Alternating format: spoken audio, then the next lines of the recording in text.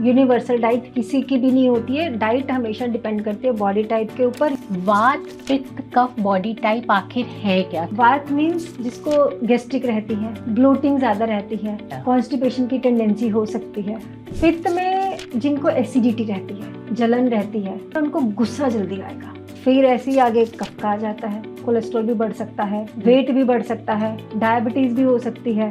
खाने के बाद चाय नहीं पीनी चाहिए, क्योंकि जो भी आपने खाया उसका न्यूट्रिशियस वैल्यू जो है वो बॉडी लेती रही है। एक तो पहले खाना पेट भर के मत खाओ, पूरा भर दोगे तो जब उसमें डाइजेशन प्रोसेस होगा तो वो आपको रिफ्लक्स आएंगे। कॉफ़ी के अंदर घी डाल के सुबह सुबह पी लो, वो तो बता देते हैं कि सबको पी लो और सबको फायदा होता है। कॉफी में पित्त है, बॉडी को हीट दे रही है, तो अगर साथ में थोड़ा सा घी डाल के पी लेते हैं तो उसको बैलेंस कर देती है। आयुर्वेदा जो है बहुत ही हेल्पफुल हो सकता है सबके लिए, अगर आप अपने बॉडी टाइप को समझ करके अपनी डाइट को थोड़ा सा फॉलो करो।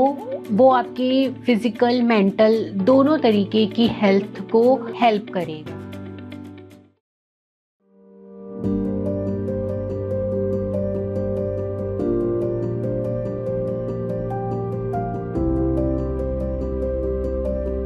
फ्रेंड्स, आयुर्वेद एक बहुत ही प्राचीन पद्धति है इलाज के लिए। आयुर्वेदा के अंदर बहुत ज़्यादा दवाइयों पे जोर नहीं दिया जाता है। यहाँ पर बॉडी टाइप को समझते हुए खाने को, क्या हम खा रहे हैं, अन्न का बहुत महत्व माना जाता है। सो फ्रेंड्स, आज की हमारी गेस्ट है डॉक्टर शालू गर्ग। डॉक्टर शालू गर्ग एक आयुर्वेदा डॉक्टर हैं जो पिछले 25 सालों से प्रैक्टिस कर रही हैं और आयु लाइफ की फाउंडर भी हैं। आज के एपिसोड में हमने बहुत कुछ समझा है कि कैसे खाने के पैटर्न्स हमारे बॉडी टाइप के हिसाब से होने चाहिए, और अगर वो नहीं है तो कैसे हमारे अंदर न सिर्फ फिजिकल एलिमेंट्स बल्कि मानसिक बीमारियां भी लेके आते हैं। स्ट्रेस और एंजाइटी ट्रिगर करने वाले किस तरीके के फूड होते हैं और बॉडी टाइप के हिसाब से हम उनको कैसे मैनेज कर सकते हैं। बहुत सारी चीज़ों को हमने समझा है, जाना है। तो आज के एपिसोड में अंत तक बने रहिएगा, क्योंकि आपके लिए बहुत सारे टेक अवेज हो सकते हैं। फ्रेंड्स, आज की हमारी गेस्ट हैं डॉक्टर शालू। डॉक्टर शालू एक आयुर्वेदिक डॉक्टर हैं और मानसिक स्वास्थ्य का आयुर्वेदा के साथ बहुत गहरा कनेक्शन है, क्योंकि कई बार इस तरीके की जब बीमारियां हो जाती हैं तो पेशेंट जो है एलोपैथी के पास जाने से थोड़ा सा डरते हैं, घबराते हैं, क्योंकि उनको लगता है कि ये बहुत लंबे समय तक एडिक्टिव दवाइयाँ हैं, तो ये इतना शायद हेल्पफुल नहीं होंगी। तो ऐसे में आयुर्वेदिक एक ऑल्टरनेटिव पद्धति की तरह बहुत ही सुटेबल हो सकती है। तो आज हम समझते हैं कि आयुर्वेदा मेंटल हेल्थ को कैसे सपोर्ट कर सकता है। डॉक्टर शालू, सबसे पहले तो आप हमें बताइए कि मेंटल हेल्थ के ऊपर आयुर्वेदा किस तरीके से हेल्प कर सकता है, जो पेशेंट एंजाइटी से, डिप्रेशन जैसे इश्यूज के साथ डील कर रहे हैं, वो कैसे हेल्प, मतलब आप उसमें क्या कर सकते हैं उनके लिए। मैम, आजकल एक तो बहुत ज़्यादा कॉमन हो गया है, एंग्जाइटी डिप्रेशन बहुत ज़्यादा कॉमन हो गया है। Right ma'am. तो इसमें जो बेसिकली एक आपने सुना होगा कि healthy mind as healthy body and healthy body as healthy mind, दोनों वैसे वर्सा है। राइट। ठीक है, अगर आपकी बॉडी हेल्दी है तो आपका माइंड भी हेल्दी रहेगा, आप किसी भी प्रॉब्लम से आप आसानी से काम कर सकते हो। राइट। और अगर माइंड हेल्दी है तो भी अगर बॉडी में थोड़ी बहुत वीकनेस है तो आप काउंटर कर दोगे। लेकिन एंजाइटी डिप्रेशन तब आता है कि जब आपके किसी ना किसी पोर्शन में एक वीकनेस आनी शुरू हो जाती है, आप एक उस काम को प्रॉपरली हैंडल नहीं कर पाते हो। राइट। एंड मैक्सिमम जो मैंने देखा है अपने एक्सपीरियंस में, जो एंजाइटी आती है वो इंसान को अपनी ही बॉडी की एंजाइटी ज्यादा आती है। अच्छा, ओके। है ना, बजाय कि काम के प्रेशर का, तो एक सेकेंडरी एंजाइटी हो जाती है। पहले उनको अपना ही लगता है कि मेरे अंदर ऐसा, मैंने टेस्ट भी करा लिए, मैंने मेडिसिन भी खा ली, एंड फिर भी किसी टेस्ट में कुछ नहीं आ रहा है, लेकिन मैं कंसंट्रेट नहीं कर पा रहा हूँ, मेरा फोकस नहीं हो रहा है। Right right right. तो ये जब ये प्राइमरी सिम्टम एक स्टार्ट होते हैं, जब वो अपने आप को जज करना शुरू कर देते हैं कि मैं ये क्यों नहीं कर पा रहा हूँ। हाँ। तो और इसमें बहुत सारे लोग ऐसे हैं जल्दी जल्दी डॉक्टर के पास भी नहीं जाते हैं कि नहीं, वो लोग समझेंगे ये तो मेंटल है। आजकल जो साइकोलॉजिकल इश्यूज को मेंटल में डिक्लेयर कर दिया जाता है। Right right. तो वो लोग उस चीज को छुपाते रहते हैं जिससे कि उनका इम्बैलेंस वो और बढ़ जाता है। राइट। तो फिर इसमें क्या होता है कि जब वो अपने आप को, जब एक अंत हो जाता है कि नहीं कुछ समझ नहीं आता, खुद से उन्होंने बहुत ट्राई कर लिया, फिर वो एक टेस्टिंग की तरफ भागते हैं। ट्रीटमेंट में नहीं जाते हैं, टेस्टिंग में अपने आप से ये करा लिया, वो गूगल से देख के ये टेस्ट करा लो, वो टेस्ट करा लो, हार्मोन टेस्ट करा लेते हैं। अच्छा, ओके। हार्मोन्स तक टेस्ट करा लेते हैं कि कहीं हार्मोनल इम्बैलेंस है। यूजली लेडीज में जो फीमेल्स में होता है कि नहीं जी आपको हार्मोनल इम्बैलेंस है इसलिए आपको एंजाइटी हो रही है। ऐसी चीजें नहीं होती हैं, लेकिन वो रिपोर्ट्स भी सारी नॉर्मल आती हैं। अच्छा। फिर भी एंजाइटी है, फिर उनको अपनी फिर और ज्यादा एंजाइटी हो जाती है, किसी रिपोर्ट में कुछ नहीं आ रहा। तो कोई डॉक्टर के पास जाते हैं तो वो एंटी एंजाइटी दे देते हैं जिससे नींद आती है। राइट। नींद आती है तो फिर वही फोकस खराब हो जाता है, आपका कंसंट्रेशन खराब हो गया।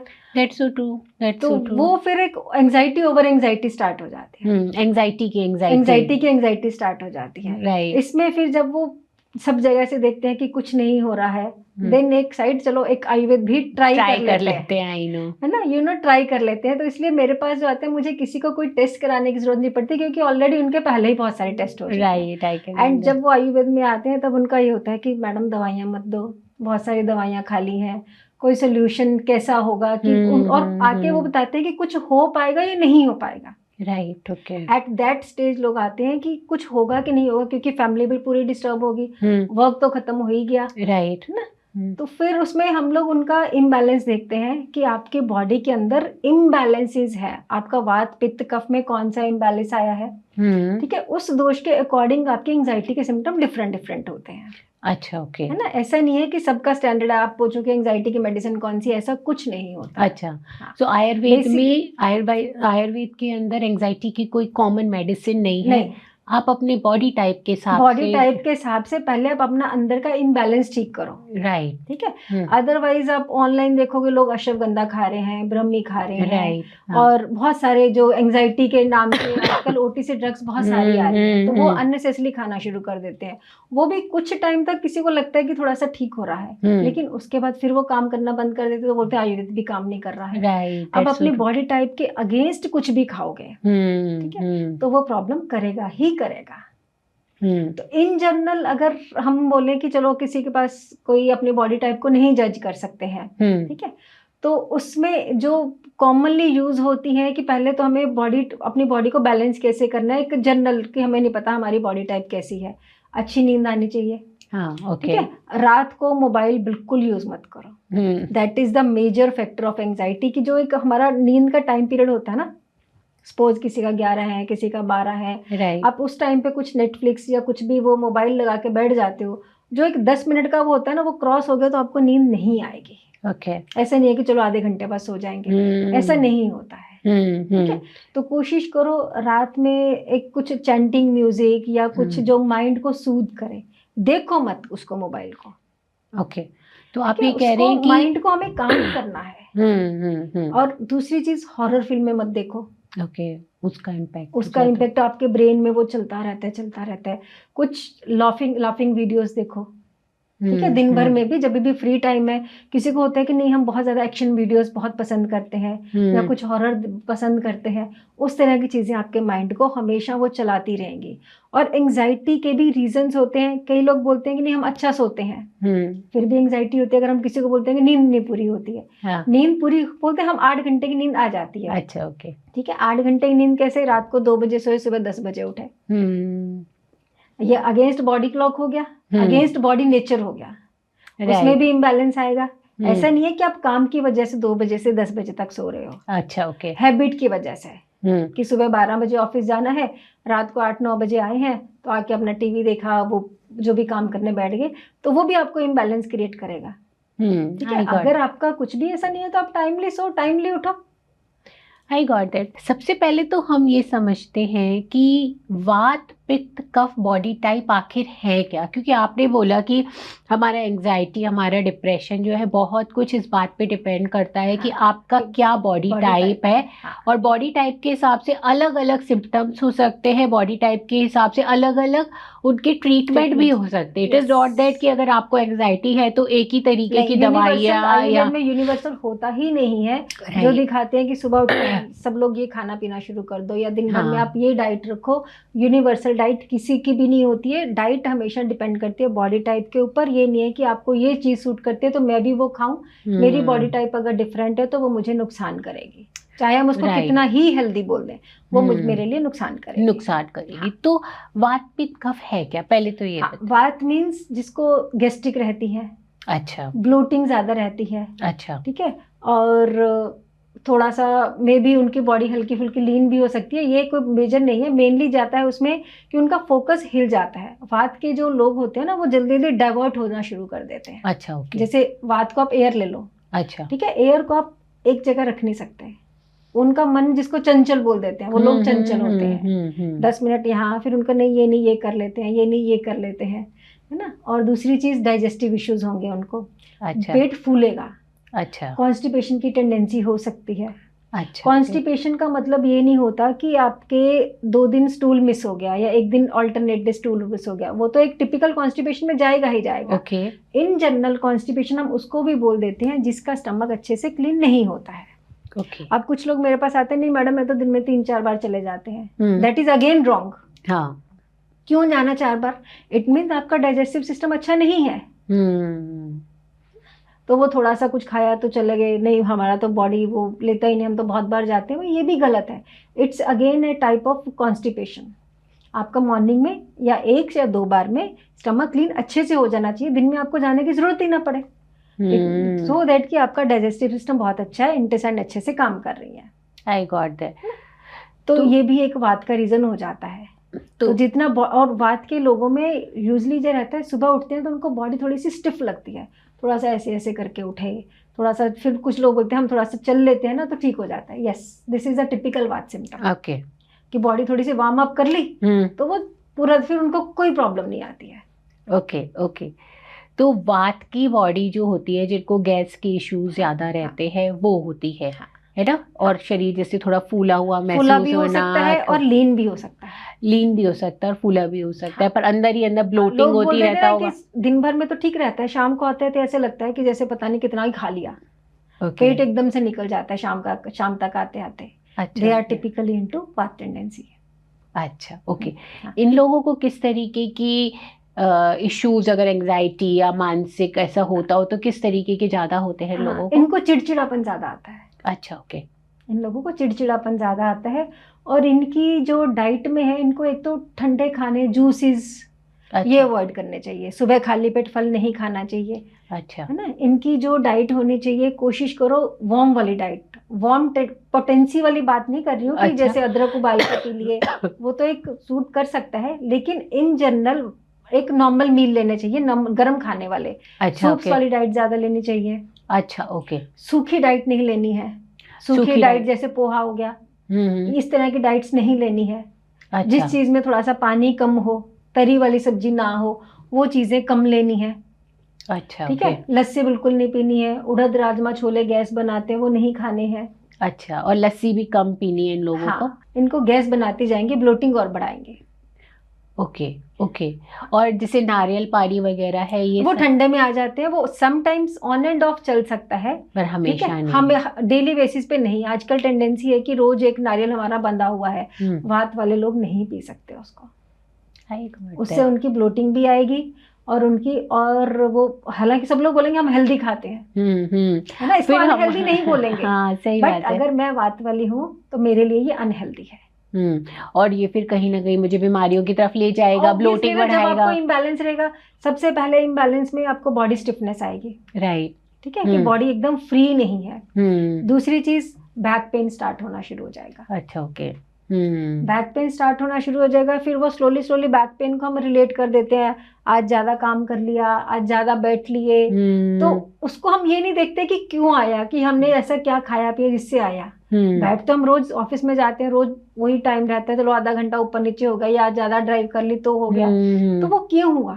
सारे फैक्टर इकट्ठे हो गए। तो मतलब खाना पीना इतना इम्पोर्टेंट है कि अगर खाने पीने में हमारी गड़बड़ी हो रही है तो हमारा वो बैक पे भी आ सकता है और हमें लगेगा कि शायद फिर वो ज्वाइंट पेन होनी स्टार्ट हो गई। जो वात वाले वो लोग होते हैं ना, उनके ज्वाइंट्स में थोड़ा सा वो बोलते हैं कि नहीं हमारे घुटनों में से तो आवाजें आने लग गई हैं, इवन 30s में भी आ जाती हैं। अच्छा, ओके। हाँ, तो वो बात बढ़ रही है उनकी बॉडी के अंदर। फिर जब हम उसमें जाते हैं, किसी टेस्टिंग में जाते हैं, तो बोल देते हैं कार्टिलेज कम हो रहा है। कार्टिलेज कम होना मीन्स वात बढ़ रही है, जो बॉडी फ्लूइड्स हैं वो कम हो रहे हैं। अच्छा, ओके। जॉइंट्स में जो अपने कार्टिलेज है वो क्यों कम हो रहा है? क्योंकि वो सूख रहा है। I got that. और तो मैम पित्त के बारे में बताइए। पित्त में जिनको एसिडिटी रहती है, अच्छा, जलन रहती है ना, उनकी जो एंजाइटी सिम्टम होते हैं, उनको गुस्सा जल्दी आएगा। अच्छा। वो छोटी छोटी बात पे गुस्से में आना शुरू हो जाते हैं कि जरा सा आपने उनके अगेंस्ट बात की, गुस्सा आ जाएगा। अच्छा। फटाफट, मतलब लड़ने को तो नहीं कह सकते, बट एक वो बंदा कंट्रोल करके रखता है अपने आप को। अदरवाइज उसको ये होता है कि लड़ाई हो जाएगी, तो उससे फिर थोड़ा सा हटना शुरू कर देते हैं। लोग हटना शुरू कर देते हैं कि कुछ भी बोला तो लड़ाई हो जाएगी, क्योंकि ये अपने ऊपर कंट्रोल नहीं कर पाएंगे। एकदम से भड़क जाएंगे। क्योंकि उनके अंदर हीट बहुत ज्यादा, पित्त बहुत ज्यादा बढ़ जाती है। ओके ना, तो उनमें गुस्सा बहुत जल्दी आ जाता है। भूख उनको अच्छी लगेगी। अच्छा। क्योंकि हीट है ना, आग हर चीज को पचाती जाएगी। अच्छा, ओके। तो वो तो जो भी खाते हैं वो डाइजेस्ट होता जाएगा, लेकिन उनकी आग ऐसी है कि वो फिर ब्रेन तक चढ़ने शुरू हो जाते हैं पित्त के सिम्टम्स। और इनको क्या क्या अवॉइड करना चाहिए? इनको एक तो सबसे पहले अदरक वाली चाय। अच्छा, ओके। और अगर चाय लवर हो तो छोटी इलायची। अच्छा, छोटी इलायची, ठीक है। लेकिन बहुत ज्यादा नहीं कि दिन में 6 चाय पी रहे हैं, उतना तक बिल्कुल भी नहीं चलेगा। क्वांटिटी कम कर दो, ठीक है, और उसकी आप वेरिएशन चेंज कर दो कि उसमें छोटी इलायची लो। गरम पोटेंसी वाली चीजें कोई नहीं लेनी है, जैसे आपका दालचीनी, लौंग, और जो भी अपने स्पाइसेस होती हैं, लोग अदरक डाल दी या काली मिर्ची डाल के बॉईल कर ली, हल्दी वाले दूध पी लिए, ये सब पित्त वालों को नहीं लेना चाहिए। इससे उनकी हो सकता है मोमेंट्री उनको थोड़ा सा ठीक लगे, जैसे सपोज कोई बोलता है ना कि अच्छा ज्वाइंट पेन हो रही है, क्योंकि पित्त वाले लोगों को ज्वाइंट पेन हो सकती है, राइट। तो वो हल्दी वाला दूध पी लेते हैं। बहुत लोग सलाह देते हैं कि हल्दी वाला दूध पी ले, ज्वाइंट पेन के लिए ठीक रहता है। लेकिन आयुर्वेद कभी नहीं कहता कि आप एक चीज को ठीक करने के लिए आप दूसरी खराब कर दो। आयुर्वेद का मतलब ही यही है कि prevention is better than cure, चाहे किसी भी फील्ड में हो, कोई भी बीमारी में हो। ये नहीं है एक को ठीक किया आपने, एसिडिटी को तो इग्नोर कर रहे हो, ठीक है, लेकिन ज्वाइंट पेन को आप कंसीडर करके हल्दी वाला दूध पी के आप एसिड को भी बढ़ा रहे हो, फिर अल्टीमेटली शायद वो और भी over the period of time उसको खराब करेगा। ठीक है, तो ऐसे लोगों को ठंडी डाइट्स लेनी चाहिए। अच्छा। जैसे फ्रूट्स खाओ, घी पियो थोड़ा सा। ऐसे नहीं है कि वो लोगों को लगता है नहीं खाने में घी डाल लिया, दाल सब्जी में घी डाल दिया, अगर फिर वो नहीं घी ज्यादा खाने से कोलेस्ट्रॉल बढ़ जाएगा, तो आप खाने पीने वाला घी बंद करके एक दवाई की तरह आधा चम्मच ले लो। अच्छा। आप देखोगे एज कंपेयर टू जितना आप खाने में डाल रहे हो, एज कंपेयर टू दैट आप आधा चम्मच वो घी की कंपैरेटिव बहुत कम ले रहे हो आप। पर लेकिन वो हेल्प ज्यादा करता है। वो हेल्प क्योंकि एज ए मेडिसिन की तरह ले रहे हो, वो सीधा आपको डायरेक्ट एज ए मेडिसिन की तरह काम करेगा। तो वो अंदर जाकर के आपकी लुब्रिकेंट का काम करता है। आग को जो पित्त बढ़ रही है, जो जलन हो रही है, उसको थोड़ा सा ठंडा करता है। ठीक है, अगर आप खाने के साथ खा रहे हो, खाने में मिर्ची भी है, खाने में नमक भी है, वो कब जाके आपको मेडिसिन की तरह काम करेगा? नहीं करेगा। और हर खाने में बोलते हैं कि लंच में भी आधा चम्मच घी डाल लिया, डिनर में भी आधा चम्मच घी डाल लिया, ठीक है, रोटी पे भी लगा लिया, तो ये हो गया आपका कम से कम 1.5 से 2 चम्मच। और हम बोल रहे हैं सिर्फ आधा चम्मच खा लो। डिफरेंस आया, और वो मेडिसिन की तरह काम करेगा, आपको रिजल्ट देगा। तो ये पित्त का खाना होता है ना। और फिर ऐसे ही आगे कफ का आ जाता है। कफ का बताइए थोड़ा। कफ का जो एंजाइटी वाले होते हैं वो डिप्रेशन में चले जाते हैं। अच्छा, ओके। वो अपने आप को आइसोलेट कर लेते हैं एकदम से, किसी से बात नहीं करनी। कफ में ऐसा क्या होता है? कफ की बॉडी के अंदर कि जो हमने पित्त से बहुत ज्यादा हमने ओवर ईटिंग कर ली, जो पित्त की एंजाइटी की डिजायरमेंट होती है ना, कि ओवर ईटिंग कर ली, कुछ भी ले लिया, खा लिया, कुछ भी कर लिया, तो एक एंजाइटी में ओवर ईटिंग की टेंडेंसी किसी किसी की बहुत ज्यादा हो जाती है। अच्छा। या किसी की भूख मर जाती है। अच्छा, ओके। ठीक है, तो वो उन चीज़ों से फिर वो अंदर इम्बैलेंस तो चल ही रहा, वात पित्त कफ का पहले से था, तो उसने कफ को भी साथ में ले लिया। कफ किस वजह से बढ़ता है और कफ वाली बॉडी में होता क्या है? जैसे आपने बोला कि वात में गैस चढ़ रही है और पित्त के अंदर जो है बॉडी के अंदर हीट आ रही है, तो कफ वाली बॉडी में जो एक रेगुलर किसी को साइनस रह सकता है। अच्छा, ठीक है, कंटिन्यूटी बोलते नहीं, साइनस तो शुरू से है, या बचपन से थोड़ा सा वेदर चेंजेस हुआ, वेदर फ्लक्चुएट हुआ, थोड़ा सा कुछ ठंडा खा लिया, गला सेंसिटिव हो गया, नाक से पानी आना शुरू हो गया, छींके स्टार्ट हो गई। मोस्ट ऑफ द पीपल बोलते हैं सुबह उठे और छींके लग जाती हैं। अच्छा। और सुबह सुबह आती हैं, उसके बाद नहीं आती हैं। अच्छा, क्योंकि सुबह सुबह इसलिए आती हैं कि सुबह के जो टाइम होता है वो कफ का टाइम होता है, कफ एग्रावेट होता है उसमें। तो इसलिए वो बॉडी उनके सिम्टम्स देती है कफ वाले। और सेकेंडली फिर उनको थोड़ा सा कुछ प्रॉब्लम्स हो सकते हैं, जैसे कोलेस्ट्रॉल भी बढ़ सकता है, वेट भी बढ़ सकता है, डायबिटीज भी हो सकती है कफ बॉडी के अंदर। कफ बॉडी के अंदर। तो ये कफ बॉडी के मतलब साइंस होते हैं। हैवीनेस, बॉडी एक हैवी होगी, बॉडी के अंदर एक हैवीनेस फील होगी, जिससे कि उनके डाइजेशन भी खराब हो सकती है। ओके, उस हैवीनेस की वजह से डाइजेशन खराब हो सकती है उनकी। तो वो कफ की, क्योंकि कफ वाले लोग जो होते हैं बहुत इंटरैक्टिव नहीं करना चाहते, वो एक अपने आप को शांत वाले में रखना चाहते हैं कफ टाइप लोग। अच्छा, ओके। तो वो फिर वो डिप्रेसिव में चले जाते हैं कि अपना दरवाज़ा बंद किया, बस कि किसी से ज़्यादा बात नहीं करनी है, अपना उसमें आ जाते हैं। अच्छा, ओके। तो ये कफ वाली बॉडी फिर आप कह रहे हो कि क्योंकि ये लोग थोड़ा हैवीनेस होती है इनके अंदर, ये बहुत ज़्यादा अपने ही साथ शायद वो इतना कंफर्टेबल नहीं होते, दूसरों से बात करने में कंफर्टेबल नहीं होते, तो खुद को थोड़ा सॉलिट्यूड में ले जाते हैं, आइसोलेशन में ले जाते हैं, तो थोड़ा डिप्रेशन में जाने के इनके ज़्यादा चांसेस हो जाते हैं। ठीक है मैम।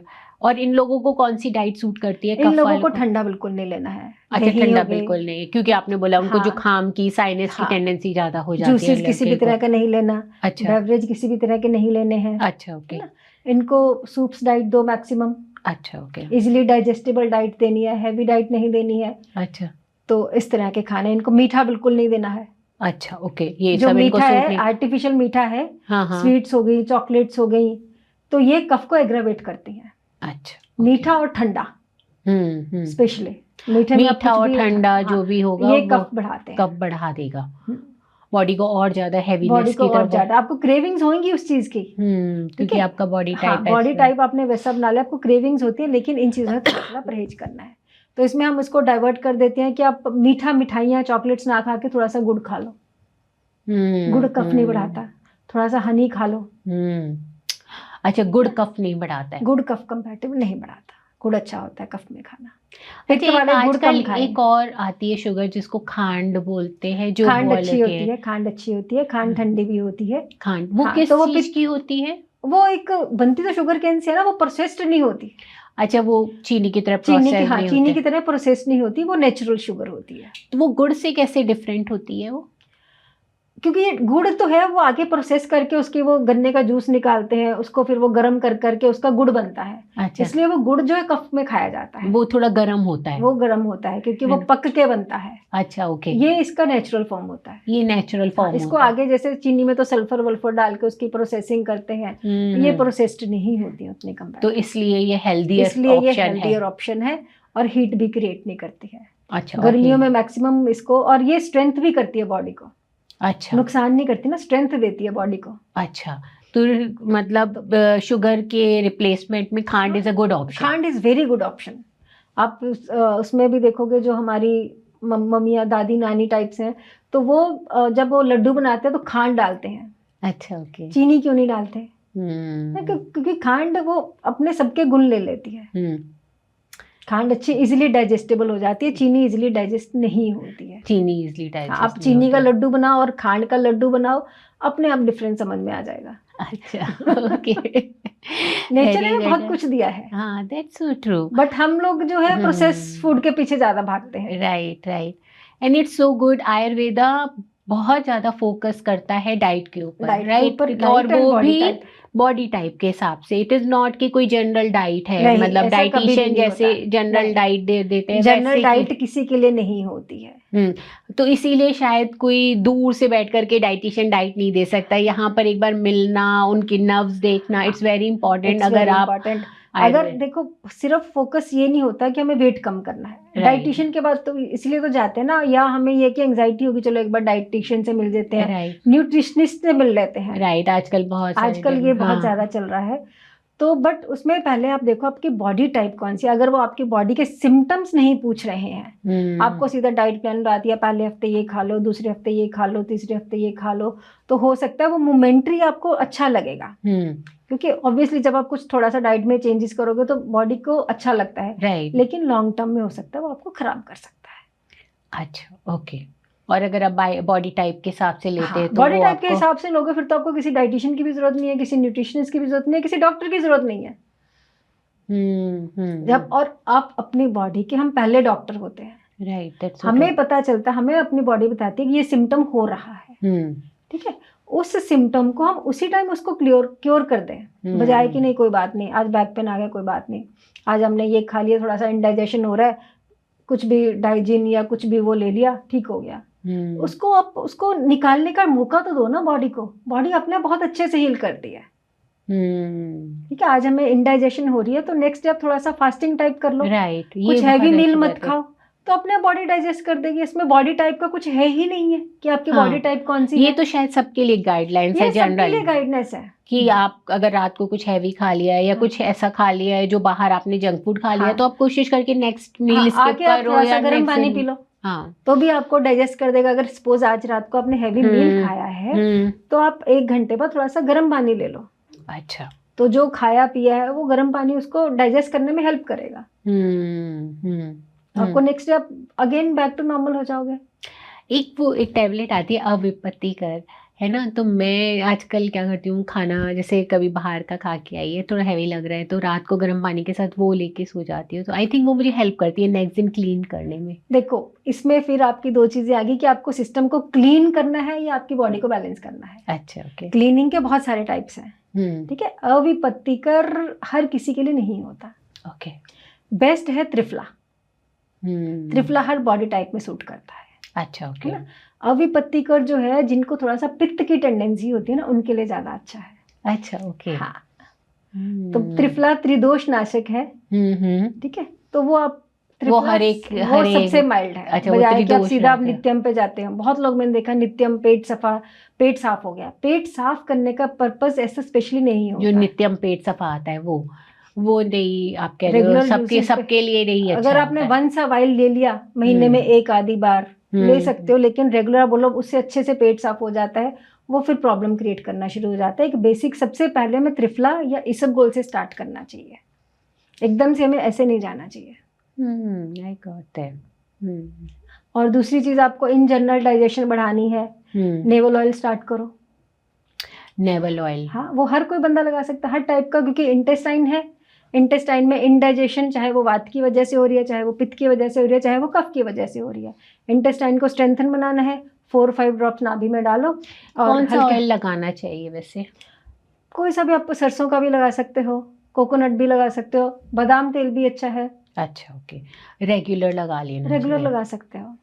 कैस्टर ऑयल समटाइम्स, मतलब वो कैस्टर ऑयल बॉडी टाइप के अकॉर्डिंग आ जाता है, क्योंकि थोड़ा सा हॉट पोटेंसी वाला होता है। अच्छा, ओके, है ना, तो ये वाले ऑयल जो होते हैं वो माइल्ड होते हैं। ये माइल्ड होते हैं, ये अच्छा काम कर देते हैं। कोल्ड कफ की टेंडेंसी हो रही है, नाक में ऑयल डाल लो, उससे क्या होता है, नींद भी अच्छी आती है नाक में ऑयल डालने से। अगर जैसे कोई पित्त टेंडेंसी वाला, एंजाइटी वाला, जो आपने बोला, नाक में घी डालना शुरू कर दो। अच्छा, वो हेल्प करेगा? वो हेल्प करेगा, आपकी ब्रेन की बात को काउंटर करने में हेल्प करेगा। शुरू में ये होता है कि जैसे हम घी डालते हैं तो थोड़ा सा इरिटेशन लगता है ऐसे, एकदम से रात को अगर कभी कुछ नहीं डाला है तो एकदम रात को सोते हुए मत डालो, वो आपको और इरिटेट करके और एंजाइटी डाल देगा। अच्छा, तो उसको पहले दिन में डालना स्टार्ट करो। जैसे वीकेंड पे डालना स्टार्ट करो, सो दैट कि आधा 1 घंटा होता है, हम अपने काम वाम में लग के वो भूल जाते हैं। जब एक यूज टू थोड़ा सा लगता है कि नहीं अभी सेटल हो रहा है, तो फिर आप रात में डालना शुरू कर सकते हो। तो ये एंजाइटी तो जैसे हमने बात करी कि डिफरेंट बॉडी टाइप्स में अलग वजहों से हो सकती है, तो वो अलग अलग चीजें काम करती है, पर ये क्या हर एक एंजाइटी वाले को काम कर जाएगा? ये काम करता है थोड़ा सा, उसको बेसिकली एक रिलैक्सेशन देता है। अच्छा, ठीक है, हमें ब्रेन तक पहुंचना है, ब्रेन तक कैसे पहुंचेंगे? नाक से, सिंपल फंडा है। अच्छा, ओके। नाक से पहुंचेंगे तो नाक से अगर हम थोड़ा सा कुछ भी ऐसे न्यूट्रिशन डालेंगे जो हमारी ब्रेन को देगा, तो वो ब्रेन की जो वात है, चाहे पित्त है, चाहे कफ है, ठीक है, तो उसको धीरे धीरे धीरे वो काम करना शुरू कर देता है। और दूसरी चीज, जैसे मैंने रात को बोला कि आप थोड़ा सा एक चैंटिंग म्यूजिक या कुछ वो देखने वाला, जिससे कि आपको माइंड को स्ट्रेस हो, देखने वाला काम मत करो, रिलैक्सेशन वाला करो। और सेकेंडली, जैसे घी डाला, अगर आपने अंदर नहीं भी डाला है तो इस तरह से थोड़ी सी मसाज कर दो। हाँ, जिससे कि आपका ये थर्ड आई है, कोई भी कर सकता है, कोई भी कर सकता है। तो इससे आपका, जो नॉर्मली आपने देखा होगा कि हम थोड़ा सा हेड मसाज करते हैं तो हेडेक में रिलीफ मिलता है, थोड़ी सी नींद अच्छी आनी शुरू हो जाती है। फुट मसाज कर लो रात को सोते हुए, पैर के तलवों की, तलवों पे 2-4 मिनट की आप किसी भी ऑयल से मसाज कर सकते हो। इंस्टेंट आपको रिजल्ट नहीं देंगे, आप बोलो कि नहीं मैंने 2 दिन कर ली मसाज, कुछ ना होता इससे, वो नहीं होगा। अच्छा, पर ओवर द टाइम पीरियड आपको धीरे धीरे आपको लगना शुरू हो जाएगा कि हाँ, हमारी बॉडी में जो इम्बैलेंसेस इतने ज्यादा हो रहे थे तो वो सेटल होना स्टार्ट हो गए हैं, क्योंकि बॉडी, पैरों के नीचे भी जो पॉइंट्स होते हैं पूरी बॉडी को टैकल करते हैं वो भी।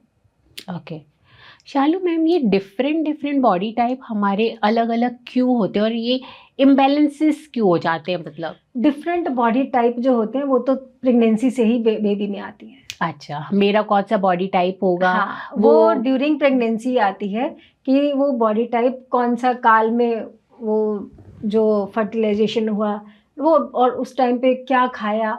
जो आजकल बच्चों में एंजाइटी का, जो आप बोलोगे ADHD के केसेस ज़्यादा होते हैं, ऑटिज्म के केसेस ज़्यादा होते हैं, राइट, ये इसलिए होती है क्योंकि प्रेगनेंसी में मेडिसिन बहुत ज़्यादा दी जाती हैं। अच्छा, ओके, है ना? हाँ, तो बहुत ज़्यादा, मतलब ये होता है कि कुछ भी खा लो, डाइट में भी आप कुछ भी लो। पुराने ज़माने में ये चीज़ें क्यों नहीं होती थी? क्योंकि एक सिस्टम से खाते थे लोग।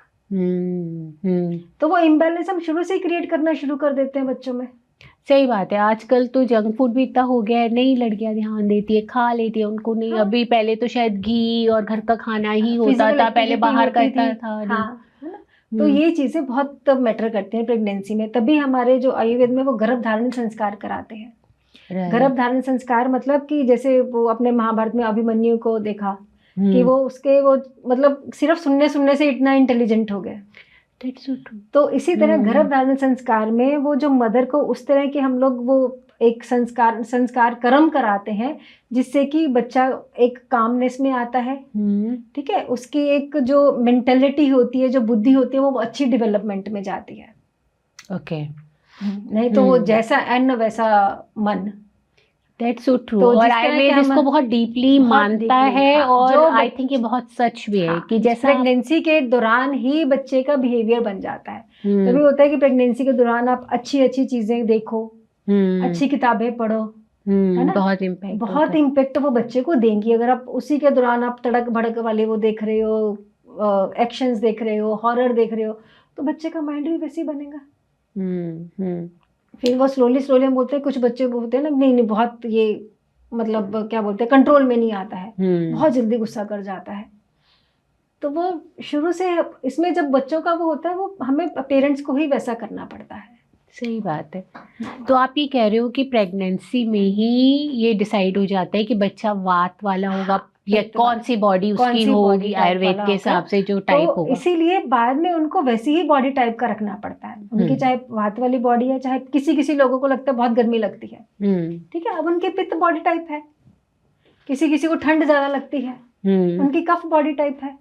एंड देन इट्स ओके, इसमें कोई बुराई नहीं है, किसी भी चीज बुराई नहीं है। लेकिन अगर हम उसमें इम्बैलेंस क्रिएट कर देते हैं तो वो सिम्टम्स क्रिएट होते हैं। तो ये इम्बैलेंस कैसे हो जाता है भाई? मैंने मान लीजिए मेरी बॉडी जो है वात वाली ज्यादा है ना? आपने चेक करी थी, वात वाली बॉडी है, ठीक है, तो इसमें इम्बैलेंस कैसा क्रिएट हो गया? इम्बैलेंस, आप हमेशा वात वाला खाना खाओगे, आप रोज पोहा खाओ, सुबह उठ के पोहा खाओ, या सुबह उठ के फ्रूट जूस पियो, ठीक है, तो जो कि हेल्दी माना जाता है। एंड तीसरा चीज, आप बोलो मुझे वेट कम करना है, मैं सुबह उठ के रोज वो ऐश गार्ड का जूस पीती हूँ, सफेद पेठे का जूस पीती हूँ, आपकी बात को इम्बैलेंस कर देगा, बढ़ा देगा।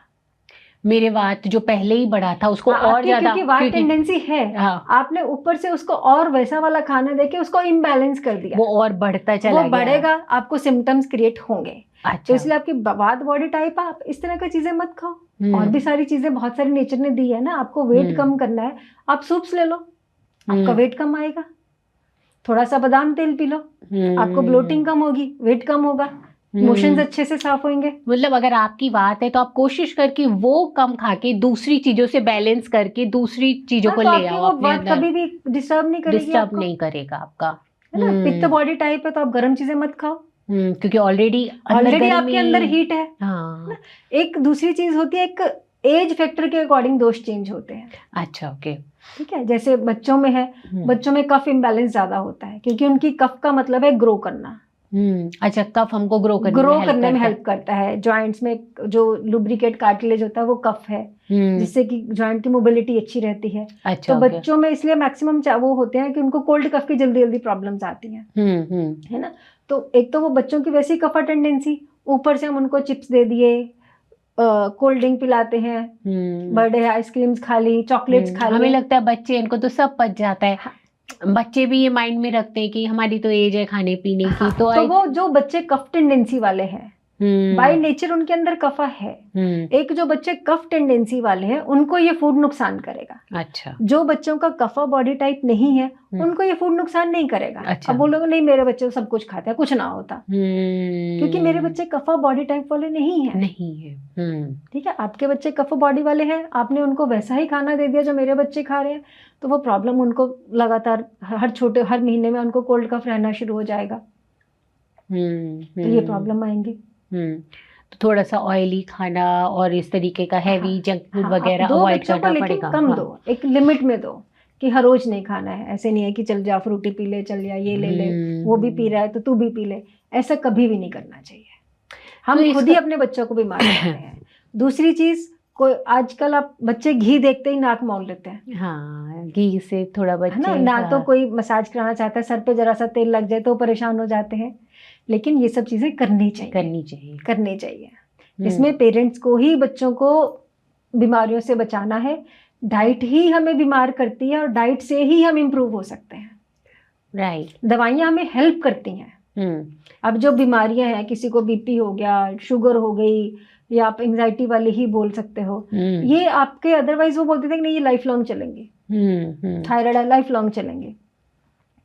लेकिन अगर हम थोड़ा सा डाइट में अपना चेंजेस कर सकते हैं तो जो डोज 500 से 1000 गई है वो हो सकता है 500 से 250 आ जाए। डाइट का इतना बड़ा रोल है। और सेकेंडली बॉडी हेल्दी होगी।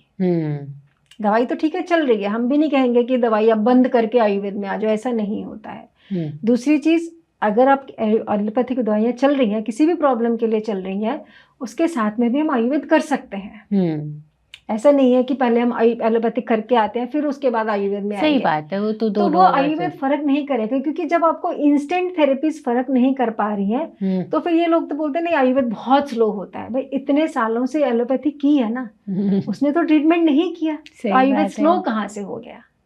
और एक बार ट्राई तो करना बनता ही है। पर मैं, आप जो कह रहे हो उस हिसाब से तो मुझे ऐसा लगता है कि हर एक को अपने बॉडी टाइप को समझना बहुत ज़रूरी है। एक बार तो ये जानना कि मेरा बॉडी टाइप है क्या, ताकि मैं फूड पैटर्न उसके हिसाब से अपने आप ही, जब आप अपनी बॉडी से बात करते हो ना, अपनी बॉडी को समझते हो, आपको अपने आप ही पता चलना शुरू हो जाता है कि अच्छा ये मुझे खाना नहीं खाना है, ये खाना खाना है।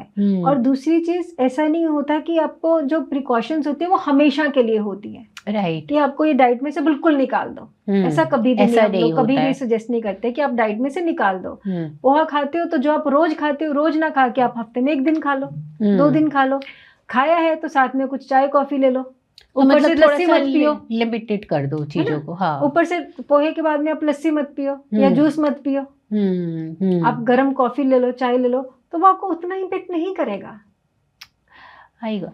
एक आजकल और बात बहुत ज़्यादा आती है कि खाने के बाद चाय नहीं पीनी चाहिए, क्योंकि जो भी आपने खाया उसका न्यूट्रिशियस वैल्यू जो है वो बॉडी लेती नहीं है।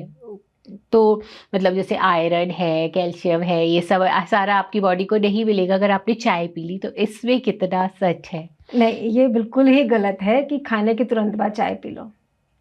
ऐसा नहीं होता है, उसमें आप अपने और हीट उसको बढ़ा रहे हो। एक तो पहले खाना पेट भर के मत खाओ, अच्छा, थोड़ा सा पोर्शन हमें पेट का खाली रखना है। ठीक है। ठीक है, पेट का पोर्शन खाली रखना है, और उसके आधे घंटे बाद आप चाहे थोड़ा सा गर्म पानी ले सकते हैं। वो क्या करता है, आपके डाइजेशन को इम्प्रूव करता है। मतलब चाय एकदम से नहीं लेनी है। एकदम से नहीं लेनी हाँ, है। वही आजकल हाँ। यही बात ज्यादा होती है कि एकदम से नहीं, नहीं एकदम लो, से नहीं लेनी क्योंकि है। वो आपकी बॉडी की न्यूट्रिशनल वैल्यू लेने नहीं देता, फूड के न्यूट्रिशनल वैल्यू बॉडी नहीं एब्जॉर्ब कर पाती है, तो राइट। थोड़ी देर बाद लेना चाहिए, जबकि आप स्टमक को एक मिक्सर की तरह यूज करो। ठीक है, जो राइट, स्टमक है वो एक मिक्सर की तरह है। अगर आप पूरा भर दोगे तो जब उसमें डाइजेशन प्रोसेस होगा तो वो आपको रिफ्लक्स आएंगे। राइट, वो ठीक है, मिक्सर में से बाहर निकलेगा।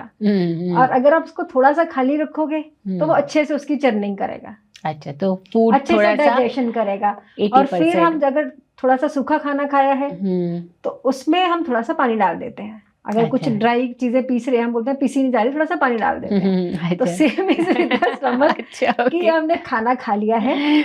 और चाय मैक्सिमम आप उस केस में देख रहे होगे कि जो ड्राई खाना खाते हैं, जैसे मान लीजिए कोई पराठा खा रहा है तो उसको लगता है साथ में चाय हो जाए, हाँ, तो हाँ, क्योंकि वो सूखा सूखा खाया ना, राइट, तो तो अलाउड है। डाइजेशन में आएगा प्रॉब्लम। तो साथ में आप थोड़ा सा गरम ले सकते हो, कुछ भी। उसमें इतना बड़ा कोई हाँ, वो नहीं है। उसमें जैसे सपोज किसी को लगता है ब्रेड सैंडविच खाया, किसी किसी के जो वात टेंडेंसी वाले होते हैं ना, हाँ, उनको बहुत सूखापन लगता है। हाँ, तो ये right. लगता है कि वो फिर आप अगेन बॉडी टाइप के ऊपर आ गया कि मुझे लगा मेरे से डाइजेस्ट नहीं हो रहा, ब्रेड एकदम से ड्राई कर दिया मुझे। ठीक है, तो फिर मुझे लगेगा कि नहीं, थोड़ा सा कुछ दे दो, अब मुझे कंफर्ट लग रहा है। तो ये हो गया कि नहीं, वो उसने अच्छे से डाइजेस्ट कर दिया, चाय पी ली तो अच्छे से डाइजेस्ट कर दिया उसने।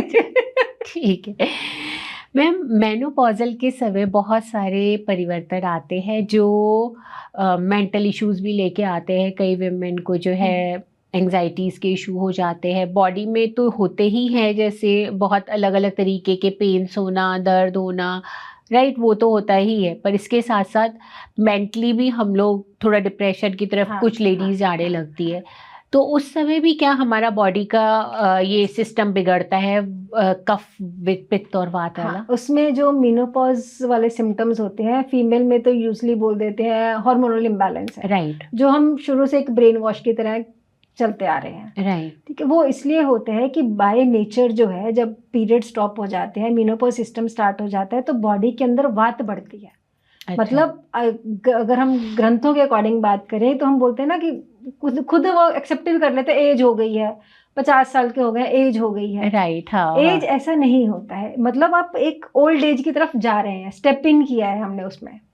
एज हुई नहीं है अभी, हमने एक बैरियर क्रॉस किया है। राइट, एक हमारा लैंडमार्क बोल लो कि हमारे पीरियड्स खत्म हो गए हैं, तो वो एक हमारा नेक्स्ट लैंडमार्क में हम लोग एज ए वुमेन, उसमें वो बॉडी इम्बैलेंस है, चेंजेस है। चाहे आप उसको हार्मोनल इम्बैलेंस बोलो, उसका मतलब ये नहीं है कि हार्मोनल इम्बैलेंस आ गया तो हार्मोन्स खाना शुरू कर दो, नहीं। कि उस टाइम में 99% यूजली वात बढ़ती है, वात बढ़ जाती है। तो हमें वात सिम्टम को कवर करने के लिए आप उसको वो वैसा वाला डाइट लो जिससे कि प्रॉब्लम आएगी नहीं। तो जो वात के सिम्टम्स आ रहे हैं, जो होता है कि वेट, मेनोपॉज आ गया, वेट बढ़ेगा। हाँ, सबको होता है मेनोपॉज आ गया, वेट बढ़ेगा। तो वो वेट इसलिए बढ़ता है कि बलून है, ठीक है, बलून में हवा भरेंगे तो एकदम से टाइट हो जाता है, उस पर आप करोगे टक टक टक टक की आवाज आती है। इसी तरह से जॉइंट्स में टक टक टक की आवाज आनी शुरू होती है, क्योंकि बॉडी के अंदर वात बढ़ गया है और फूलती है बॉडी। इसमें हार्मोन्स का उतना रोल, हार्मोन से लेके आप एक हार्मोन लेके दूसरे हार्मोन को खराब करोगे। मतलब आपको हार्मोन्स शायद बिगड़ते तो है, पर आपको ऊपर से हार्मोन्स लेने की जरूरत नहीं है। टाइम तक लोगे ना, हाँ, वो लेने की जरूरत नहीं है। आप मोमेंटरी आप ले सकते हो कि चलो बहुत ज्यादा प्रॉब्लम हो रही है, बैलेंस कर सकते हो, लेकिन आप अपने आप को खुद से बैलेंस करो, डाइट से बैलेंस करो कि जिससे आपकी वात ना बढ़े, एनर्जी आपकी बरकरार रहेगी। ये नहीं है कि आप जैसे कि नहीं, ये मतलब आप एलोवेरा जूस तो हम बहुत टाइम से ले रहे हैं, तो ये नहीं छोड़ना, ठीक है, क्योंकि इससे मुझे अच्छा लग रहा है। फॉर एग्जाम्पल ऐसे बहुत सारे जूस आजकल फैशन में है। हाँ। तो जब आपकी बॉडी टाइप चेंज हुई है तो आपकी डाइट भी ऑब्वियसली चेंज होगी। जब हम वेदर के अकॉर्डिंग अपना खाना पीना भी चेंज कर रहे हैं, सर्दी आ गई ये खाना खाना है, बारिश आ गई ये खाना खाना है, तो हम कुछ चीजों के ऊपर उसको लगातार क्यों लें? अगर जो चीज फायदा कर रही है वो नुकसान भी तो करेगी। Right, over everything in excess is bad. तो वो हमें किसी भी चीज को कंटिन्यूटी में महीनों महीनों नहीं खाना है। पहली चीज। आज मैंने जूस लिया, लौकी का लिया या एलोवेरा का लिया या जो भी लिया, मुझे 2-4 दिन ऑब्वियसली अच्छा लगेगा, क्योंकि वो जाके जो अंदर टॉक्सिन्स हैं, किसी भी तरह के टॉक्सिन्स हैं, चाहे वो किसी भी टाइप का बॉडी टाइप पी रही है, अच्छा, थोड़ा सा चेंजेस जब लेंगे तो ठीक शुरू में लगेगा। इनिशियली लगेगा ही लगेगा। 1-2% लोगों को थोड़ा सा खराब लगेगा, अदरवाइज ठीक लगेगा। तो हम उसको ये नहीं करेंगे कि नहीं मुझे ठीक लग रहा है तो मैं तो स्टार्ट कर दिया, एक उसके अपने लाइफस्टाइल के अंदर डाल दिया, नहीं जो मुझे अच्छा लग रहा था। भाई उसने डिटॉक्स का काम किया, लेट्स से वो डिटॉक्स के लिए तो पीते हैं, राइट, ठीक है, डिटॉक्स का काम किया तो डिटॉक्स का टाइम वो कुछ टाइम के लिए होगा, उसके बाद आप छोड़ दो। ओके, ऐसे तो है नहीं कि रोज आपकी बॉडी को डिटॉक्स करना है। That's so true. और शालू मैम, एक बात और है, घी को आजकल बहुत प्रमोट किया जा रहा है, आप भी कह रहे हो घी बहुत अच्छा है, दैट्स सो गुड, पर कई लोग जैसे रील आजकल तो कितनी आती है, तो एक रील तो कई रील देखी है मैंने, एक तो नहीं बोलूँगी, कॉफ़ी के अंदर घी डाल के सुबह सुबह पी लो। हाँ, तो ये वो तो बता देते हैं कि सबको पी लो और सबको फायदा होता है, तो इसके बारे में आप क्या इसका ये है कि आज बहुत लोग दूध नहीं पीना चाहते। डायरेक्ट अगर हम बोलते हैं ना दूध पी लो, नहीं हमें लैक्टोज इंटॉलरेंस है, अब वो तो नहीं बताएंगे ना, इसलिए वो बोलते हैं ब्लैक कॉफी में डाल के पी लो, राइट, ठीक है। या किसी को लगता है कि नहीं सुबह हमें, बहुत लोगों को आदत होती है कि हमें चाय या कॉफी लेनी है, हम ब्लैक कॉफी पीते हैं, वो आदत है, तो उस इसीलिए कॉफी में वो बोलते हैं ठीक है कॉफी में डाल के पी लो। लेकिन जिनकी पित्त टाइप बॉडी है, अगर वो सुबह कॉफी पीते हैं, अच्छा, कॉफी में पित्त है, बॉडी को हीट दे रही है, तो अगर साथ में थोड़ा सा घी डाल के पी लेते हैं तो उसको बैलेंस कर देती है। अच्छा, तो बजाय कि कॉफी में ना लेके आप चाहे गुनगुने पानी से ले लो, अच्छा, गर्म पानी से ले लो, तो आप मॉर्निंग में के साथ घी जब हेल्प करेगा, चाहे कोई भी बॉडी टाइप हो। कफ में नहीं लेना चाहिए, उससे कफ में थोड़ा सा कफ के सिम्टम्स एग्रेवेट हो जाते हैं। वात वाले भी ले सकते हैं, पित्त वाले भी ले सकते हैं, दोनों मॉर्निंग में अगर घी दोनों ले मॉर्निंग ले तो में ले सकते हैं। थोड़ा सा गाय का घी, अच्छा, गाय का घी, भैंस का घी आपको कोलेस्ट्रॉल बनाने में हेल्प करेगा। अच्छा, क्योंकि हैवी टू डाइजेस्ट होता है, गाय का घी इजी टू डाइजेस्ट होता है। अच्छा, तो सिर्फ दूध का फंडा इसीलिए लोगों ने मना किया है, बट वो भी आजकल फैशन है, आलमंड मिल्क ले लो, सोयाबीन मिल्क ले लो, वो पता नहीं, मुझे नहीं समझ में आता कि वो क्यों है। अच्छा, हमारे ये इंडियन चीज़ों के लिए नहीं है ना, हमारे इंडिया में तो और सारी इतनी चीज़ें हैं, फ्रेश चीज़ें हैं, राइट, तो प्रिजर्वेटिव में क्यों जाना, आर्टिफिशियल चीज़ों में क्यों जाना। That's so true. और जो मिल्क को लेकर के, डेयरी को लेकर के आजकल बहुत ज़्यादा अब चीज़ें बदल गई है कि डेयरी जो है हेल्पफुल नहीं है, उसके बारे में आप क्या बोलते हो, मिल्क प्रोडक्ट्स के लिए? मिल्क इसलिए नहीं है क्योंकि जितने भी आप ये पैकेट्स वाले मिल्क हैं वो सारे जीएम मिल्क है, मॉडिफाइड मिल्क है, राइट, इसलिए वो किसी किसी को डाइजेशन में प्रॉब्लम आती है, तभी बोलते हैं कि नहीं वो हार्मोनल इम्बैलेंस स्टार्ट हो जाता है, डाइजेस्टिव इश्यूज स्टार्ट हो जाते हैं, सिर्फ इसी वजह से वो है कि लैक्टोज इंटॉलरेंस हो गया। लैक्टोज इंटॉलरेंस क्यों है? इंटेस्टाइन सेंसिटिव है आपकी, मे बी इंटेस्टाइन आपके कुछ हेवी चीज़ों को डाइजेस्ट करने के लिए नहीं है, ओके, ना, तो वो इसलिए बोल देते हैं उसको। लेकिन अगर आपको अच्छा गाय का दूध मिल रहा है तो कोई प्रॉब्लम नहीं है। दूसरी चीज़, अगर दूध लेना भी है तो या तो उसको थोड़ी सी उसमें सौंफ डाल लो, अच्छा, ओके, या थोड़ी सी इलायची डाल लो, तो दूध जो है इजी डाइजेस्टेबल हो जाता है।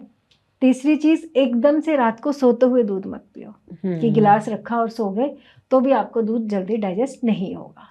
तो थोड़ा सा पहले लेना चाहिए, कम से कम आधा मॉर्निंग पौना में घंटा ले लो, नहीं तो दिन में ले लो, तो वो प्रॉब्लम नहीं करता, तो प्रॉब्लम नहीं करेगा। ठीक है, दैट्स सो, मतलब बहुत, आई थिंक बहुत सारे लोगों ने बंद कर दिया है, बिल्कुल बंद करने के बजाय तो उनके भी अपनी कुछ प्रॉपर्टी, कुछ वैल्यूज तो मिल्की है ही, हम लोगों ने प्राचीन टाइम से पिया ही हुआ है, हम लोग तो फिर दूध पे ही पले हैं। विटामिन, वो कैल्शियम तो सब में ही कम है, हम कैल्शियम सप्लीमेंट्स ले रहे हैं, हाँ, है ना। लुब्रिकेशन, अब मेरे पास आते हैं कि बैक पेन हो रही है, सर्वाइकल हो रहा है, मैडम सबको ही होता है, तो सबको ही, क्योंकि सबका डाइट ही वैसा बन गया है। हाँ, सही बात है, छोटे आजकल बच्चों से स्टार्ट हो जाता है कि थोड़ा सा खेलते हैं, क्रैम्प आ गया। क्यों आ गया क्रैम्प? क्योंकि हम उनको जंक ज्यादा दे रहे हैं।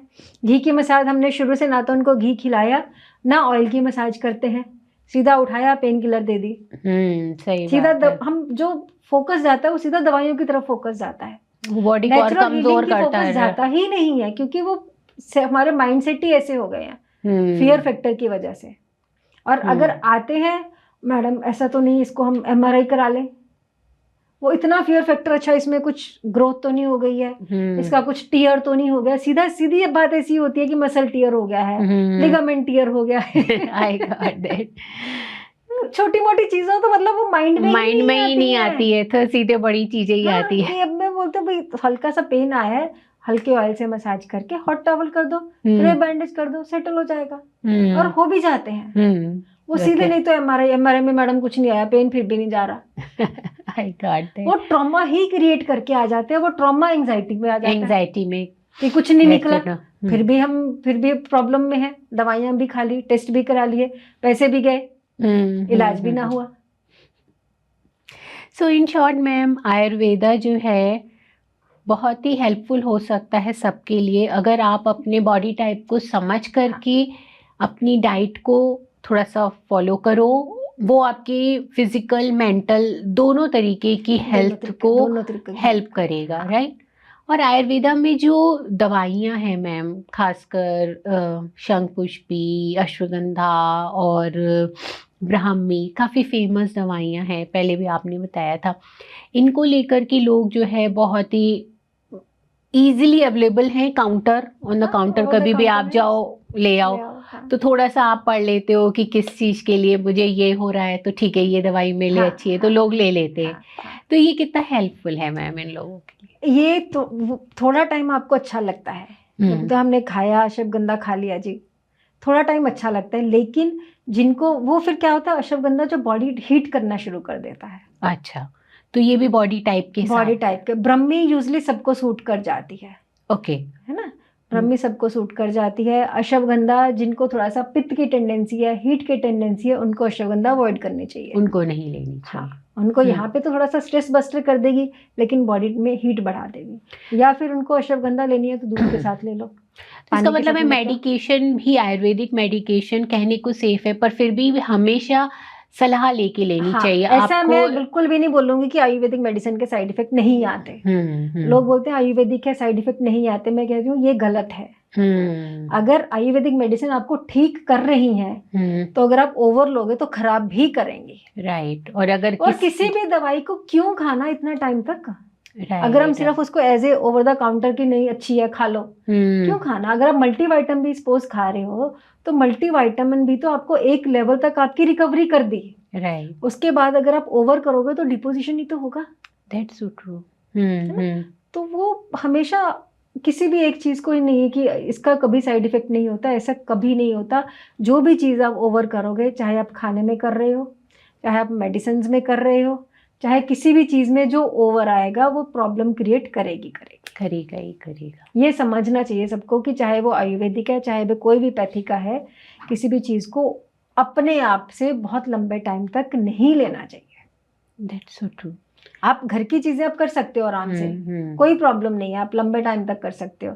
उसमें भी हम लोग वेरिएशन कर देते हैं कि जो वात वाले हैं उनको बोल देते हैं रात को अजवाइन वाला पानी पी लो भिगा के, पित्त वाले आप सौंफ वाला पानी पी लो, ताकि वो आपकी जो डाइजेस्टिव सिस्टम है बेटर रहेगा। डाइजेस्टिव सिस्टम बेटर रहेगा तो आपको गट हेल्थ इशू नहीं होंगे, बॉडी का इम्बैलेंस नहीं आएगा, इम्बैलेंस नहीं आएगा तो एंजाइटी नहीं आएगी। कितना सिंपल है, लेकिन हमने इसको बड़ा कॉम्प्लिकेटेड कर, हम सीधे डॉक्टर पास भागते हैं या परेशान होते रहते हैं और उस रट में फंस जाते हैं। डाइट की तरफ तो लोग ध्यान ही नहीं देते। समझ तब आती है जब सारा कुछ मिक्स हो जाता है, राइट। ब्रेन काम नहीं करता, डाइजेस्टिव सिस्टम में कुछ समय वो हैबिट वैसी बन जाती है कि हम अपने आप को चेंज करना ही नहीं चाहते। That's so true. अगर मैं किसी को 2-3 चीजें भी सपोज आपको बोल दिया, आप उड़द राजमा छोले मत खाओ, जूस मत पियो, मैडम खाएं क्या? बाकी और भी चीजें हैं, क्योंकि वो उन्होंने अपने डाइट में ये चीजें डाल ली। उनको लगता है कि छोड़ना, बहुत सारी प्रिकॉशन बता दी हैं। That's so true. और फिर शायद आयुर्वेद में बिल्कुल मना तो कुछ भी नहीं है, कभी कभी तो आप खा ही सकते हो सारी चीजें, पर ये है कि माइंड, अगर हम टिपिकल आयुर्वेद में आएंगे तो बोलेंगे रात को 7 बजे सो जाओ, सुबह 4 बजे उठो। I know. तो लोग अपना काम तो नहीं छोड़ेंगे ना, अब ऑफिस से 10 बजे घर पे पहुंच रहे हैं, तो उनको हम कैसे बोल सकते हैं? उनको इसलिए थोड़ा सा अपनी लाइफस्टाइल में चेंजेस करो। That's so true ma'am. Ma'am आपके पास केसेस सुसाइड से रिलेटेड भी आए हैं, आपने बताया था, तो उसके बारे में बताइए। How your Ayurvedic regime helps them to recover from such? ये केसेस तब आते हैं जब वही स्टार्टिंग में अपना बोला कि वो मेडिसिन भी सारी कर ली, टेस्ट भी सारे कर लिए, और टेस्टिंग कराते कराते वो एक तो एंजाइटी से आपका वर्क भी खत्म हो गया, जॉब भी चली गई, बिजनेस भी बैठ गया। हाँ। ठीक है, जो सेविंग्स थी वो सारा मेडिकल में लग गए। तो अब वो बोलते हैं कि मैं ठीक होऊंगा कि नहीं होऊंगा, सिर्फ वन आंसर, यस और नो। तो उनमें फिर हमें बहुत उनको पहले ही समझा देते हैं कि टाइम लग जाएगा। ठीक है, ऐसे नहीं कि सालों साल लग जाएंगे। टाइम का मतलब हमारे पास ये नहीं होता कि सालों लग जाएंगे, कि अगर आप बोलो कि 2 दिन में ठीक हो जाएगा, 2 दिन में नहीं, ऑब्वियसली हाँ, है ना। सबको लगता है इंस्टेंट रिजल्ट आ जाए। तो अब इतनी सारी चीजें इतने टाइम से आए हो, तो वो थोड़ा सा अपनी बॉडी को टाइम दो। मेडिसिन ऐसे मत समझो कि सिर्फ मेडिसिन हेल्प करेंगे। मेडिसिन हेल्प करती हैं, मेडिसिन क्योर नहीं करती हैं। राइट। चाहे वो किसी भी हो, वो हेल्प करेंगे आपको। क्योर अपनी बॉडी को अपने आप करना है। ठीक है, क्योर कैसे करना है? डाइट चेंज करके। आपने उधर से डाइट चेंज कर दी, इधर से मेडिसिन ने पुश किया, तो आपकी बॉडी हेल्दी होना शुरू हो जाएगी। फिर दूसरा, इसमें पंचकर्म की हेल्प लेते हैं कि इसमें टॉक्सिन्स आपके इतने इकट्ठे हो गए हैं, कुछ समझ ही नहीं आता क्या करें। तो वो साथ में जब हम पंचकर्म करते हैं तो बॉडी जो है धीरे धीरे स्ट्रेंथन होना शुरू हो जाती है। पंचकर्म मीन्स आप इन जनरल डिटॉक्स कह सकते हो। या बेसिकली पंचकर्म का मतलब होता है कि जो इम्बैलेंस है, चाहे वो वात का है, चाहे पित्त का है, चाहे कफ का है, उस इम्बैलेंस को हमने कवर करना है जल्दी।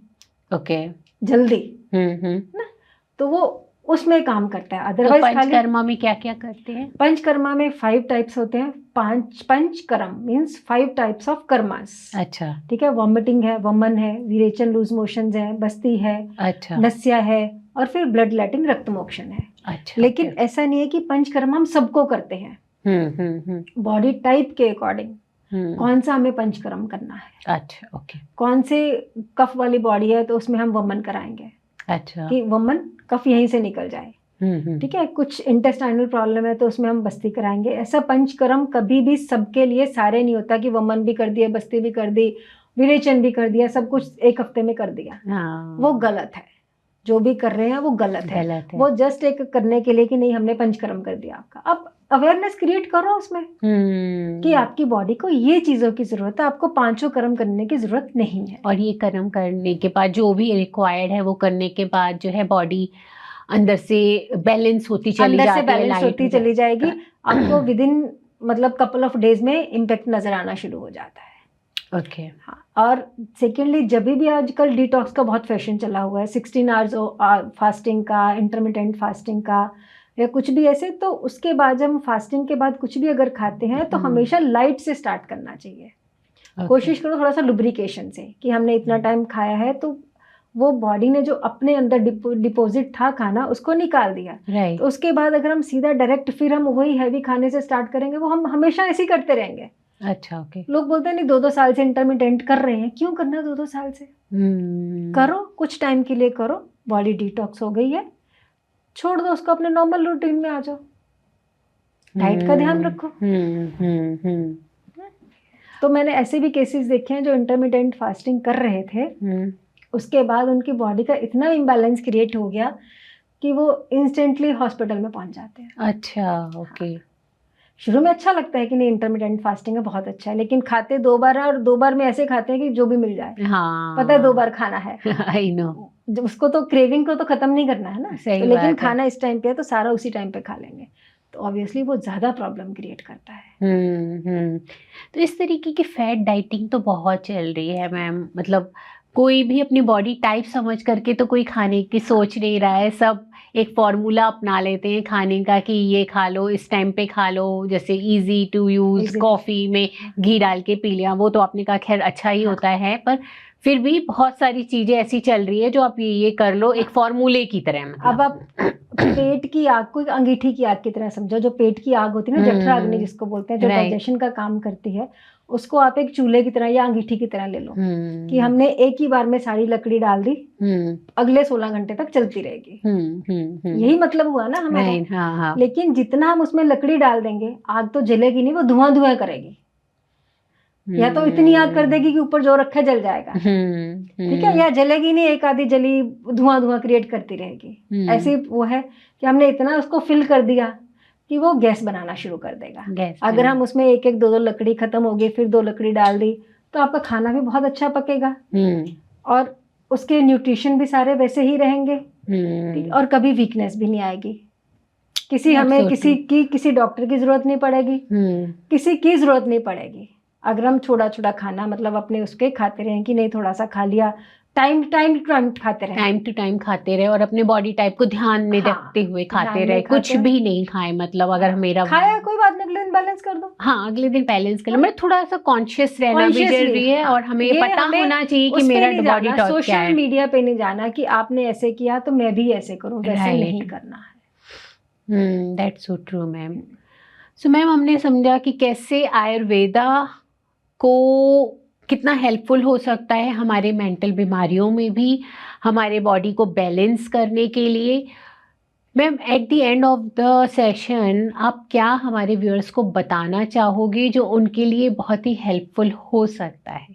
देखो, उसमें हर एक बीमारी जो होती है घर से ही शुरू होती है, हमारी डाइट से ही शुरू होती है। राइट। तो जनरल बेसिस पे एक वो जो हमारा लाइफस्टाइल, डेली लाइफस्टाइल हमें कैसे मैनेज करना है, आपका वर्क प्रोफाइल चाहे कुछ भी है, लेकिन कुछ चीजें आपको अपनी उसमें लाइफस्टाइल में डाल लीजिए। सुबह उठ के पहले सबसे पहली चीज आप पानी पिए, लिक्वॉर्म वाटर भी ले सकते हैं। अच्छा, ठीक है, लेकिन सुबह उठ के काढ़े वाड़े मत पिए। कि वो सुबह उठ के तुलसी भी डाल ली, लौंग भी डाल लिया, दालचीनी भी डाल ली, सबसे पहली चीज ये मत करें। अच्छा, ओके। हाँ, सबसे पहली चीज या तो आप सिंपल रात को भी, अगर आपको ये सब चीजें पीनी है तो रात को सोख करके उसको हल्का सा लीकवॉर्म करो। सुबह सुबह किसी भी तरह की ना ये उबाल के मत पियो, तो वो बॉडी टाइप चेंज हो जाती है। वो सुबह ही आप उसके अंदर हीट भरना शुरू कर देते हो। सुबह बॉडी को पहले न्यूट्रलाइज, पूरी रात की वो न्यूट्रलाइज्ड है, पहले उसको थोड़ा सा प्रिपेयर करो कि अभी तेरे लिए खाने पीने के लिए सामान शुरू हो जाएगा। अच्छा, ओके। रेडी कर। हाँ, तो पहले आप सिंपल एक पानी ले सकते हो, या कुछ गैस बन गया तो रात को अजवाइन भिगा के वो पानी पी लीजिए। उबाल के चीजें मत पियो सुबह सुबह से। ठीक है। ठीक है, फिर आप अपना, अगर कुछ लोग चाय वाय भी पीते हैं कोई बात नहीं, जो नॉर्मल रूटीन ना चलता रहने दीजिए। और ब्रेकफास्ट आ गया, फिर ब्रेकफास्ट के बाद एक कोशिश करो एक मिड मील ले लीजिए। सपोज 9 बजे ब्रेकफास्ट किया है तो आप 12 बजे एक फल ले लीजिए। ऐसा कहीं भी नहीं होता होगा कि आप 1 मिनट का, लोग बोलते हैं नहीं ऑफिस में टाइम नहीं मिलता, 1 मिनट का फ्रूट खाने में कुछ नहीं जा रहा। इतना तो टाइम हर कोई निकाल लेता। हम गप्पे बैठ के चाय पीते रहते हैं, चाय गप्पे तो मारने कभी भी की चाय पी लेंगे लेकिन कुछ और नहीं लेंगे, वो ले लो। और फिर 2 बजे आप लंच करो, 4 बजे फिर आप चाहे थोड़ा सा चाय का कप ले लो। और जैसे घर आते हो वापस 7 बजे, 8 बजे, 9 बजे, अगर कई लोग 7 बजे भी आ जाते हैं तो आके पहले चाय पीते हैं, तो डिनर 10 बजे चला जाएगा। वो काम मत करो। आके पहले अपना डिनर ले लो। डिनर के बाद फिर आप आधे घंटे बाद, 1 घंटे बाद दूध ले लो। ठीक है, तो एक अपना बैलेंस बना के रखो डाइट को। रात को ये है बाहर का खाया, आके गर्म पानी की जरूर हैबिट डालो। ठीक है, एक सिंपल, अगर आपने कुछ फैंसी चाय नहीं भी लेनी है, सिंपल गर्म पानी पी लो। जरूरी नहीं है कि ग्रीन टी पीनी है। पर ग्रीन टी वैसे हेल्पफुल होती है। ग्रीन टी वेरियस, वही डिपेंड करता है कि आपको तुलसी वाली ले रहे हो, जिंजर वाली ले रहे हो तो पित्त बढ़ा देगी। अच्छा, ओके। है ना, तो इसलिए जो नॉर्मल है कि गर्म पानी पी लो अपना। एवरीडे आदत डालो। एवरीडे जब भी बाहर का खाए उस टाइम पे तो स्पेशली कि आके पानी आपको पीना ही पीना है, गर्म पानी पीना है। ओके, ठीक है। दूसरी चीज, नेवल ऑयलिंग स्टार्ट कर दो रेगुलर बेसिस पे। हफ्ते में 1 दिन आप हेड मसाज जरूर करो ऑयल के साथ में। अच्छा, ओके। रात को लगा दो, सुबह वॉश कर दो, या एटलीस्ट शैम्पू से 1-1.5 घंटा पहले आप अच्छे से हेड मसाज कराओ। बच्चों की भी करो।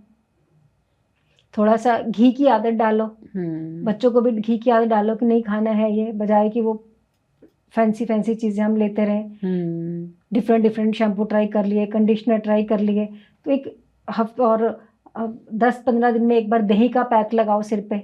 अच्छा, वो भी हेल्पफुल होता है। हाँ, तो कंडीशनिंग करते हैं ना, आपको नेचुरल न्यूट्रिशन सारे देता है। दही में थोड़ा सा ऑयल डाल के आधा घंटा पहले लगा दो, उसके बाद आप नॉर्मल शैम्पू जो मर्जी करो। केमिकल से थोड़ा सा बच के रहो। तो ये रूटीन वाली चीजें हैं। बाहर खाओ, बच्चों को भी खिलाओ, लेकिन हर रोज मत दो। That's so true. हर रोज का नुकसान है। हर रोज का नुकसान है। और अगर बाहर खाया है तो उसको आप जैसे बोलो न्यूट्रलाइज कर दो, नेक्स्ट दिन फिर कम खाओ। कोई प्रॉब्लम नहीं आएगी, चाहे कैसी भी बॉडी टाइप हो, कुछ भी प्रॉब्लम नहीं आएगी। टाइमली सो, टाइमली उठो, अगर वर्क प्रोफाइल ऐसा है कि हम टाइम से नहीं सो सकते हैं, तो आप अपनी बॉडी को इस तरह से बैलेंस करो, दैट्स सो ट्रू मैम।